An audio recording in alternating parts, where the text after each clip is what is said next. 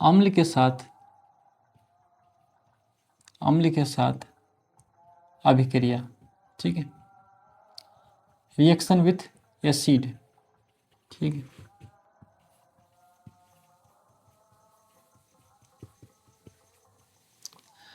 जरा देखिए, मान लीजिए कोई धातु है, माना कि धातु है ये है, ठीक है जी कोई धातु ले लीजिए अपने मरीज से, जैसे मैंने मैग्नीशियम ले लिया, ठीक है, और HCl ले लिया, कोई अम्ल है जो डाइल्यूट है कंडीशन में, ठीक है, तनु अम्ल है, तो ये क्या बनाएगा, मैग्नीशियम क्लोराइड बनाएगा, ठीक है, प्लस में हाइड्रोजन गैस इवॉल्व करेगा, ठीक है जी। तो आप क्या देख रहे हो, जब कोई मेटल, दूसरा एक और ले लो अगर एग्जाम्पल लेना है तो, जैसे मैंने मैग्नीशियम ले लिया, मैग्नीशियम को अगर डाइल्यूट H2SO4 के साथ कराऊंगा तब क्या होगा, तो मैग्नीशियम सल्फेट प्लस H2 होगा, ठीक है जी, H2 गैस। इस तरह से अगर मैं जिंक को HCl के साथ करा दिया, डाइल्यूट HCl, तो क्या मिलेगा, zinc chloride plus H2 gas, ठीक है। और सिमिलरली आप ऐसे तो बहुत सारे लिखते रह जाऊंगा, तो इतना सफिशिएंट है, ठीक है। आप क्या देख रहे हो, ये एक टाइप का साल्ट है और दूसरा क्या हो रहा है, हाइड्रोजन गैस उत्पन्न हो रहा है, ठीक है जी, इवॉल्व हो रहा है, उत्पन्न हो रहा है। तो याद रखिएगा, जब भी कोई धातु, ठीक है जी, कोई धातु किसी अम्ल के साथ अभिक्रिया करेगा तो साल्ट बना रहा है और हाइड्रोजन गैस उत्पन्न हो रहा है, ठीक है जी। इतना बात आपको क्लियर रहना है। चलिए, अगर कोई धातु, मान लीजिए कोई धातु किसी धातु के सॉल्यूशन के साथ अभिक्रिया करे तो फिर क्या होगा, ठीक है। जरा देखिए इनको, ये 4th पॉइंट में लिख लीजिएगा। अगर मान लीजिए उसको कहा जाता है डिस्प्लेसमेंट रिएक्शन, ठीक है।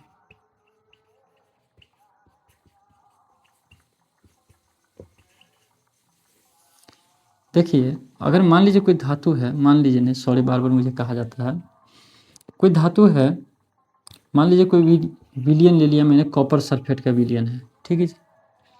अगर इसमें मैंने जिंक का कोई रॉड डाल दिया, ठीक है, या एक कॉपर सल्फेट के विलियन में अगर मैंने जिंक रॉड डाल दिया तो क्या होगा, जिंक सल्फेट प्लस कॉपर, ठीक है।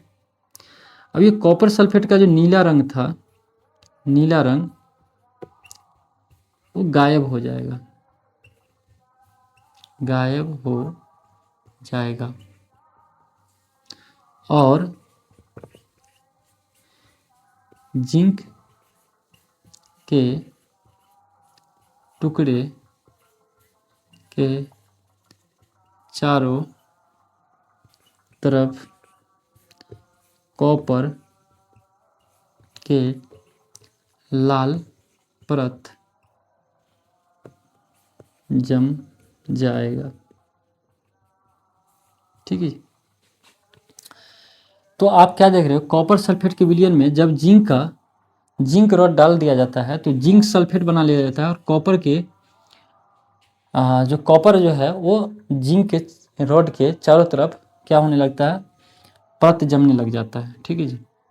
तो यहाँ पे क्या हो रहा है, जिंक जो है अधिक अभिक्रियाशील धातु है। क्यों होता है ये, क्योंकि zinc is more reactive metal than copper, ठीक है जी। जिंक जो है अधिक अभिक्रियाशील धातु है कॉपर के कंपेरिजन में। तो ये तो एक एग्जाम्पल हो गया।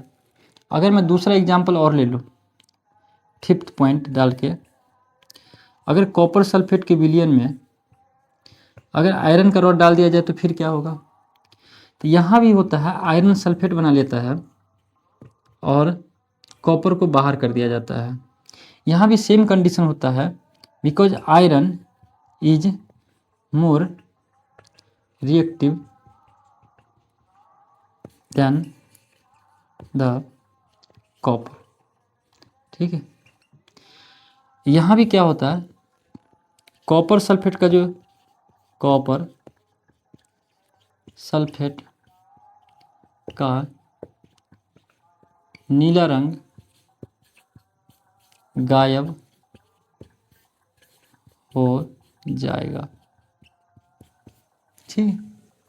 अब देखो रिएक्शन क्या हो रहा है, रिएक्शन में क्या होता है, या तो रंग कलर चला जाएगा, या तो इसमें गैस इवॉल्व होगा, या तो किसी अवस्था में परिवर्तन होगा, हमने पढ़ा था ना, या तो टेम्परेचर राइज करेगा।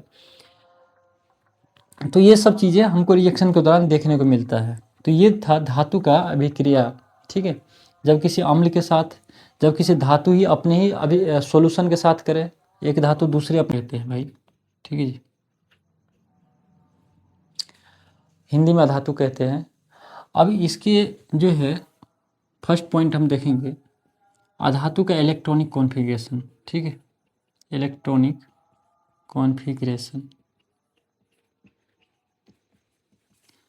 कहते हैं, इलेक्ट्रॉनिक विन्यास देखेंगे। ठीक है, अधातु का इलेक्ट्रॉनिक, अब हिंदी का वही चीज़ है, कौन इलेक्ट्रॉनिक कॉन्फ़िगरेशन का होता है विन्यास। ठीक है जी, चलिए अब अधातु के अंतिम कक्ष में, अधातु के अंतिम कक्ष में या तो 5, 6 या 7 इलेक्ट्रॉन पाए जाते हैं। ठीक है जी, या तो 5 होगा, 4 भी रहता है, 4, 5, 6, 7 इलेक्ट्रॉन पाए जाते हैं। ठीक है भाई, चलिए अब ये जब 5, 6, 7 इलेक्ट्रॉन पाए जाएंगे तो अधातु क्या करते हैं। अब देखो एक एग्जाम्पल ले लो, फिर उसके बारे में हम और भी बातें करेंगे। जैसे क्लोरीन है, क्लोरीन का एटॉमिक नंबर 17 है, तो 2, 8, 2, 7 है ना, 8, 2, 10, 7, 17। ऑक्सीजन का 8 है, तो 2, 8, 2, 10, 10, 6, 16। ठीक, कार्बन का 6 है, तो कितना हो जाएगा, 2, 4, 2, 6। नाइट्रोजन 7 है, तो 2 और 5। तो ये सभी के सभी क्या है भाई, अधातु है। और आप देख पा रहे हैं सभी के अंतिम में आउटरमोस्ट शेल में, ठीक है, आउटरमोस्ट सेल, जिसे हम वैलेंस सेल भी कहते हैं, वैलेंस सेल। ठीक है, उसमें कितना इलेक्ट्रॉन होते हैं, 4, 5, 6 और यह 7 इलेक्ट्रॉन होते हैं। ठीक है, तो ये फर्स्ट पॉइंट हो गया नॉन मेटल का, अधातु का। सेकेंड पॉइंट देखिएगा, तो यही इसी कारण इलेक्ट्रोनिगेटिव होता है, इलेक्ट्रोनिगेटिव भी। क्यों, क्योंकि ये जो है अब अंतिम में क्या 4, 5, 6 इलेक्ट्रॉन है, तो ये इलेक्ट्रॉन को क्या करेगा, एक्सेप्ट करता है। ठीक है, इलेक्ट्रॉन को एक्सेप्ट करता है। ठीक,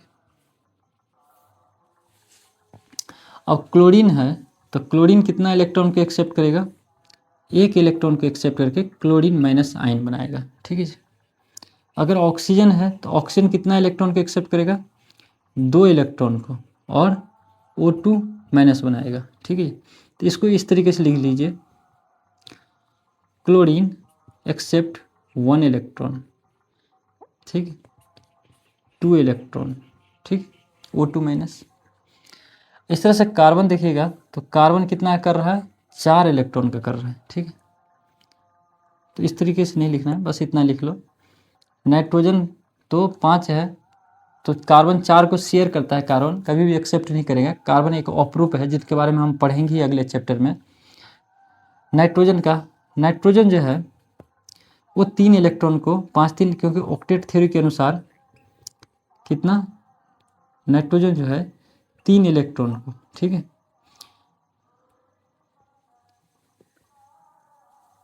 3E माइनस कर लो, 2E माइनस 1, क्लोरीन का 1 माइनस हो जाएगा। ठीक है, अब देखिए ये जो मैंने लिखा है, ये क्लोरीन, ऑक्सीजन, नाइट्रोजन, ये जो अभी बना रहा है क्लोरीन आयन, ऑक्सीजन आयन और नाइट्रोजन आयन, ये कौन सा आयन बना रहा है, तो ये एनाइन बना रहा है। क्या बना रहा है, एनाइन बना रहा है। एनाइन क्यों बन रहा है, क्योंकि ये इसको कहते हैं रीनायन, रीनायन। बिकॉज ये इलेक्ट्रॉन को क्या कर रहा है, एक्सेप्ट कर रहा है, तो इलेक्ट्रॉन, इसके पास इलेक्ट्रॉन की संख्या ज़्यादा हो जाएगा। क्योंकि अगर देखा जाए तो अभी कितना है, इसके पास 17 ही इलेक्ट्रॉन है और 17 प्रोटॉन है, ठीक है। लेकिन जब ये एक इलेक्ट्रॉन ले लेगा तो ये -4 जब हो जाएगा तो 18 इलेक्ट्रॉन हो जाएगा, 17 ही प्रोटॉन रहेगा, तो इलेक्ट्रॉन की संख्या ज़्यादा हो गया, तो इसीलिए ऋणायन बन जाएगा, ठीक है। उस पर ऋण आवेशित हो जाएगा, कौन सा चार्ज हो जाएगा, ऋणायन चार्ज होगा, इसलिए निगेटिविटी, निगेटिव बोलते हैं, या ऋणायन लिख लो, बात निगेटिव चार्ज, ठीक है। क्या हो जाएगा, निगेटिवली चार्ज हो जाएगा, निगेटिवली चार्ज बन जाएगा, ठीक है जी। इस तरह से ऑक्सीजन भी देखोगे तो ऑक्सीजन का भी वही सेम कंडीशन है, 8 इलेक्ट्रॉन है, 8 प्रोटॉन है, ठीक है जी।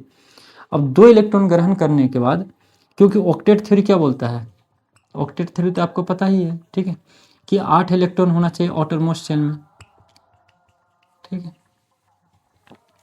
अब ये जो क्लोरीन था ना जी, ये क्लोरीन अभी स्टेबल नहीं था, ठीक है।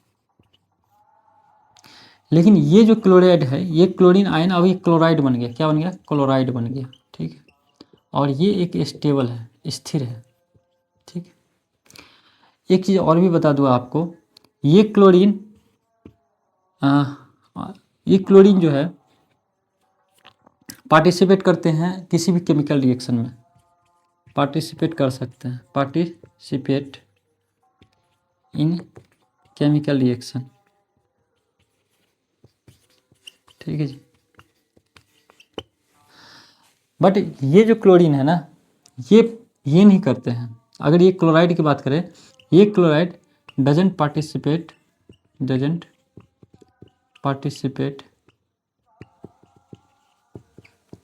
इन केमिकल रिएक्शन,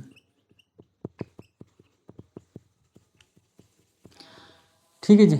इतनी बात क्लियर हो गया होगा आपको। अब देखो ये 5 था इसके आउटरमोस्ट में नाइट्रोजन में, अब 3 इलेक्ट्रॉन ग्रहण कर दिया तो 8 बन गया, तो अब स्टेबल हो गया ना भाई। ऑक्सीजन में 2 था, ठीक है, सॉरी ऑक्सीजन का कितना था लास्ट में, 6 था। अगर इसको 2 इलेक्ट्रॉन मिल गया तो ये ऑक्टेट कंप्लीट कर दिया, अष्टक कंप्लीट हो गया, तो इसको जरूरत क्या है किसी केमिकल रिएक्शन में पार्टिसिपेट करने का, ठीक है, क्योंकि 8 बन गया। क्लोरीन के 7 था अंतिम में, अगर 1 इलेक्ट्रॉन वो ग्रहण कर लेता है तो 8 बन जाता है इलेक्ट्रॉन अंतिम कक्ष में, तो कंप्लीट हो जाता है उसका सेल, ठीक है। मतलब ऑक्टेट थ्योरी कंप्लीट है, तो उसको ज़रूरत ही नहीं है किसी से इलेक्ट्रॉन एक्सेप्ट करने के बाद में स्टेबल कर लेना भाई, ठीक है, अनस्टेबल कर लेना, अस्थिर होता है, ठीक है जी, अस्थिर होता है, मिस्टेक में लिखा गया था, चलिए।